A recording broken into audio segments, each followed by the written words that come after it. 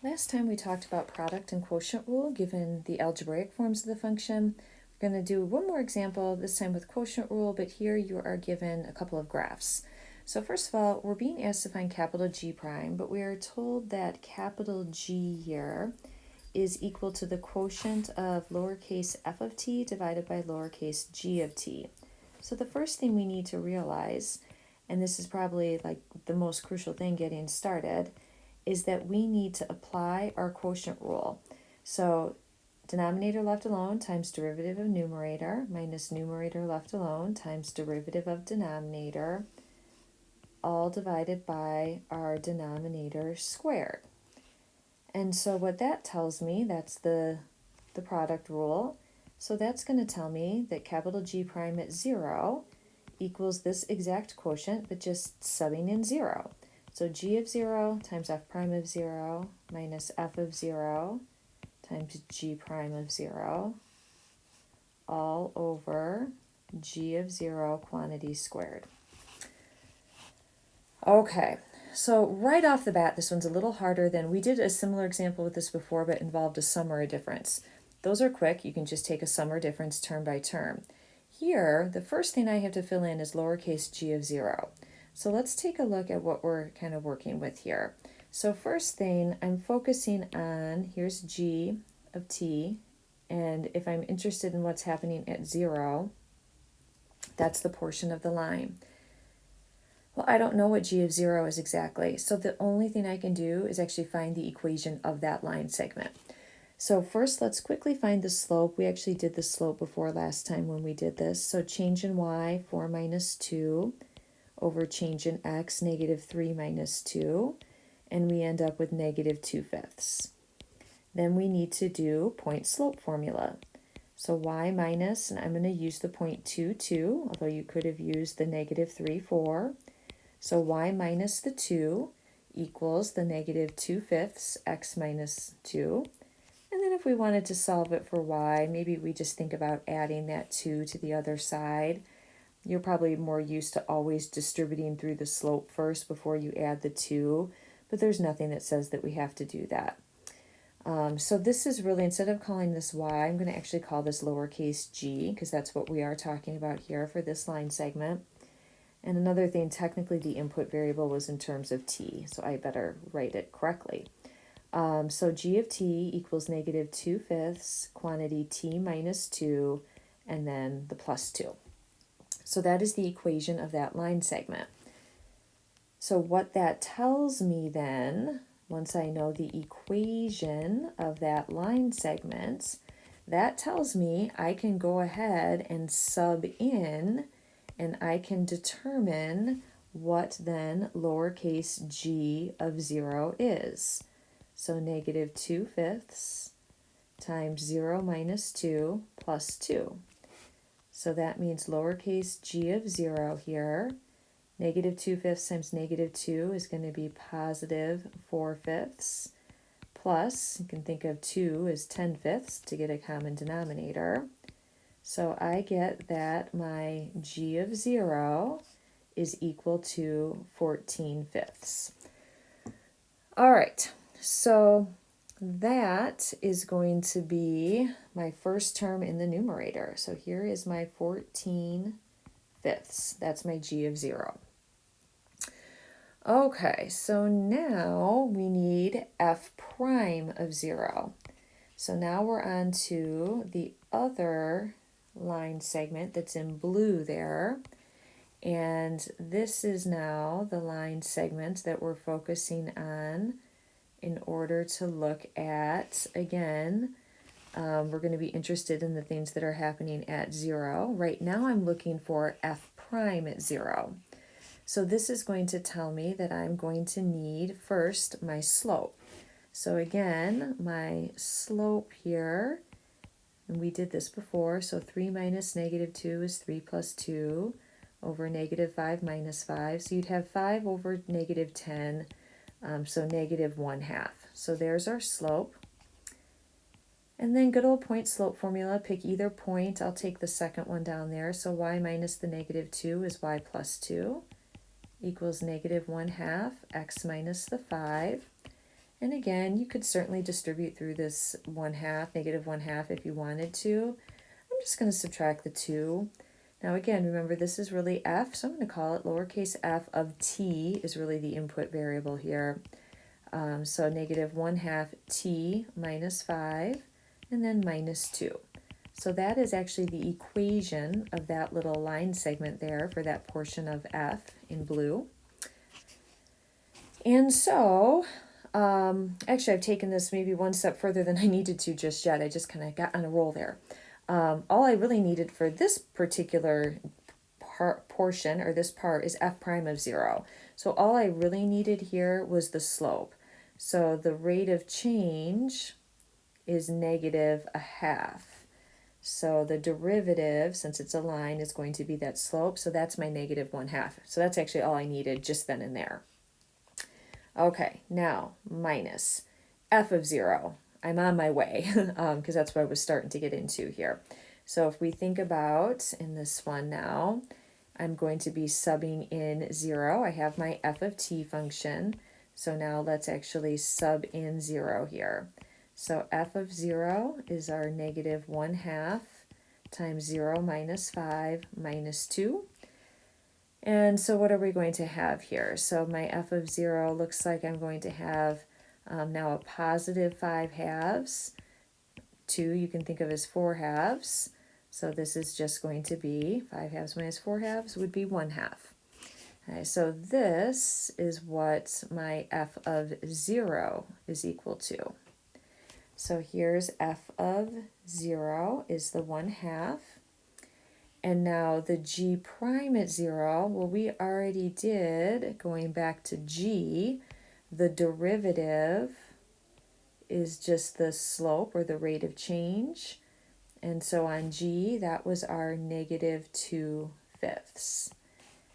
And then this is all going to be over what was our 14/5. That was g of 0. So all over that 14/5 quantity squared. All right, so we kind of have a doozy of some algebra here. Or the arithmetic, I should say. Oh, quite a bit of algebra, quite honestly. Over here, we really did have quite a bit of algebra happening here. So what did we end up with here as I'm looking at just kind of doing some of this simplifying? So it looks like my capital G prime at 0 is going to be, I'm going to have -14/10 in the first term, minus the negative is going to be plus 2/10 in the second term. So 14/10 plus 2/10 looks like my numerator could be simplified to 16/10 if I wanted to write it that way. So my numerator is going to simplify to 16/10. No, wait, hold on. I better write out a step or two. And in fact, I could do a little reducing. Hold on just a second here. If I reduce the 14/7, this is actually going to be negative. Hold on. I don't even have my calculator handy. Bad thing to do before you make a math video. Have a calculator. -7/5. And then plus, if I reduce those two, that's going to be a 1/5. So this is going to be -6/5. Okay, so I'm going to write that. And then that's going to all be over. This is going to be our 14 squared. That's 196, if memory serves me correctly, over the 25. All right, so we are going to have -6/5 times the reciprocal of 25 over 196. And so doing just a tiny bit of reducing here, that's going to reduce, 2 goes into 6 3 times. 2 is going to go into 19, 9 times 98. And so it looks like my final answer, as you watch me struggle through arithmetic, is going to be -15 over 98. So that is going to be our final answer. That was a doozy. So here's what we have. We have a lot of stuff packed into one thing. What's the most important thing for you to really know here? I think just starting off that in order to take this G prime of 0, this derivative, you had to use quotient rule. That's probably the biggest thing getting started. After that, you have a lot of algebra to do in order to actually evaluate those points. If these points had been clearer, like on a graph where we could just read them, that would have been nice. But we did have, this is algebra 1 happening offside, equation of a line. So a lot of work to do that, but I think probably the most important thing is that very first step. All right, let's start our higher order derivatives here. And so we've already developed some notation, two types of notation, kind of the prime notation and then the Leibniz notation, the dy dx. Those two different types of notations will continue as you get into higher order derivatives. So double prime, triple prime, typically after you get past that, you put just like the number, like the fourth derivative in parentheses as to not be confused with a exponent. And then you also have this Leibniz notation that you see off to the right, something that looks like d, for lack of a better way to say it, d squared y over dx squared. That's really just notation for the second derivative. And if you think about why this is really making sense here, you're saying that you're taking the derivative with respect to x of dy dx. And so that's kind of how you end up back at this, what looks like kind of a d squared y over dx squared. That's kind of what you're getting here, and so on. So you're taking like another derivative with respect to x then of what was the second derivative, and so on. Okay, so that's your Leibniz notation. Okay, so let's look at an example. And so this is kind of the combination of the Leibniz notation coupled with really looking at the differential operator as it's kind of brought out in front. So this is the differential operator of the second derivative. So it's saying take the second derivative of e to the x over x cubed. All right, so let's start with our first derivative. And so our first derivative, let's just say our derivative with respect to x. So this will be my first derivative of e to the x over x cubed is going to equal.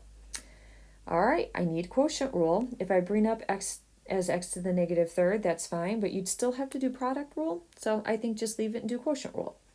So we start with your denominator left alone times derivative of numerator, which is just e to the x, minus numerator left alone, which is also e to the x, times derivative of the denominator, which is 3x squared, all over your denominator squared.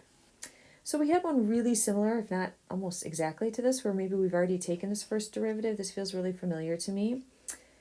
So certainly in your denominator, you see this x to the sixth. So especially since I have to go on to take the second derivative, this is really where I would encourage you to factor out a GCF and see what you can get to reduce. So in particular, from both terms, you can factor out an x squared. If you also want to factor out an e to the x, that's fine as well. Then in the first term, you would just have an x, and in the second term, you're going to have a minus 3. What that allows us to do then is reduce the x to the sixth and the x squared, leaving you with an x to the fourth in the denominator. And so now we have e to the x times x minus 3 all over x to the fourth.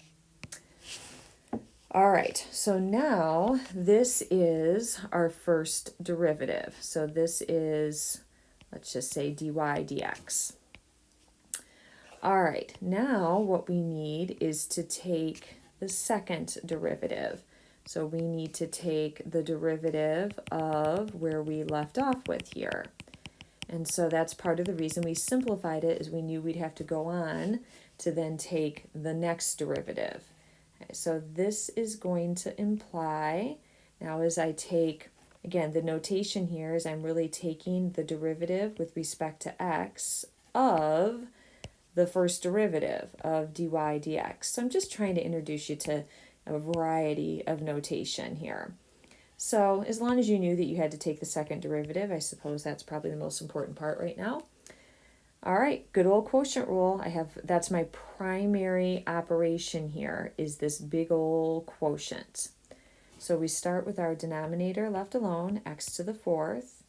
Now, times the derivative of my numerator.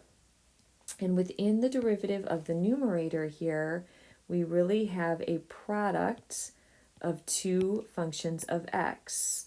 We have e to the x and we have x minus 3. And notice that even if you were to distribute that through, in the first term, you still can't escape doing a product rule. So you might think, well, why don't we just distribute instead of doing product rule? Well, even if you did, you'd still be doing product rule. All right, so let's go ahead then and actually take the derivative of the numerator, recognizing that that needs its own little product rule.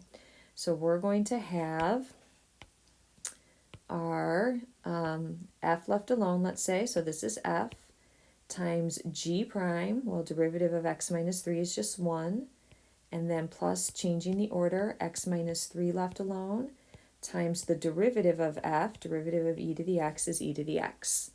So that represents the derivative of the numerator.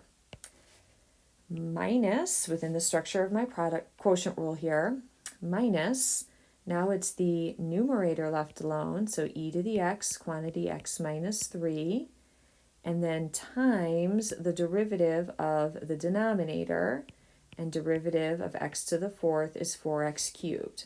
So some people really prefer kind of really separating these with like extra kind of nested sets of parentheses here, and if you find that helpful, go for it.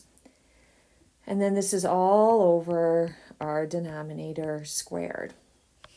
Now I would say at this point, I mean, you technically have the derivative, second derivative, but I wouldn't even want to have to enter the answer like that. I'd want to at least clean it up. I wouldn't want to try to have to put this in as an answer if I'm doing my homework, for example. So let's clean this up a little bit and just kind of see what we have here. So in the first term, I have this x to the fourth, and then inside this outer set of parentheses, I have an e to the x, and then I have another plus e to the x times x minus 3. So I'm not really doing much here than just kind of cleaning things up a little bit. And in my second term, I have 4x cubed, kind of putting the monomial first, times the e to the x, quantity x minus 3. And then this whole thing is being divided by x to the 8th. So I've really done no simplifying here. All I've done is clean it up. But I do see some simplifying that can happen. In both terms, I can certainly factor out an e to the x. In fact, in the last step up here, I could have actually factored out from these two terms right here.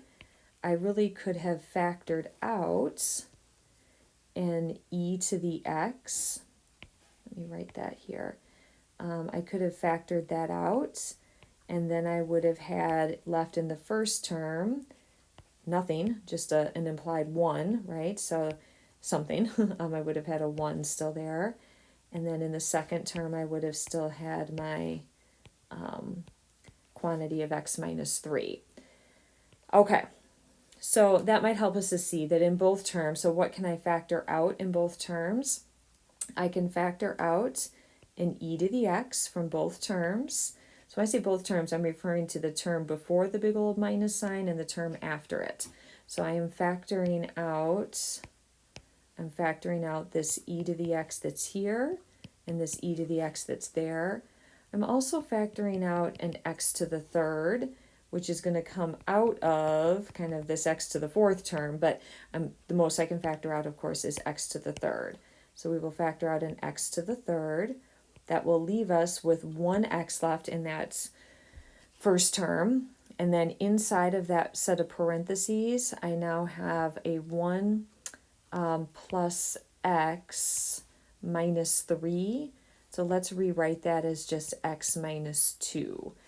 So that was just simplifying what was inside of this larger, that set of parentheses right there. And then minus in my second term down here, I have my 4 and just my x minus 3. And this is all over x to the 8th. Now, I know what some of you are probably asking or wondering in your heads, because I would hear this a lot from students in class, is like, do we have to do all this simplifying?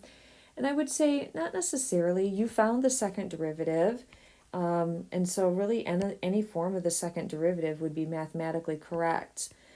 But the further we go in this class, the more you're going to have to do simplifying, and you're going to need to be able to do these types of algebraic procedures. And so the more you can kind of start to see of this now and get used to it, the better off you'll be as you move into subsequent chapters where you really need to be able to do a lot of this simplifying. So what ends up happening in later chapters is you have to sometimes, set derivatives equal to 0. Might have to do that a little bit here, but a lot more in later chapters and solve them. So the algebra is a coming. Right now, if you had to find the second derivative and you entered any correct form of the second derivative, your homework would accept it, and I would accept it if I didn't say to simplify, but you should be able to. Okay, so that would be our simplified form of the second derivative. All right, so next time we come back, we're going to look at an application problem involving looking at a first and second derivative, probably one of the most common application of higher order derivatives that virtually every calculus class would cover when we first start talking about higher order derivatives. We'll take a look at that next time.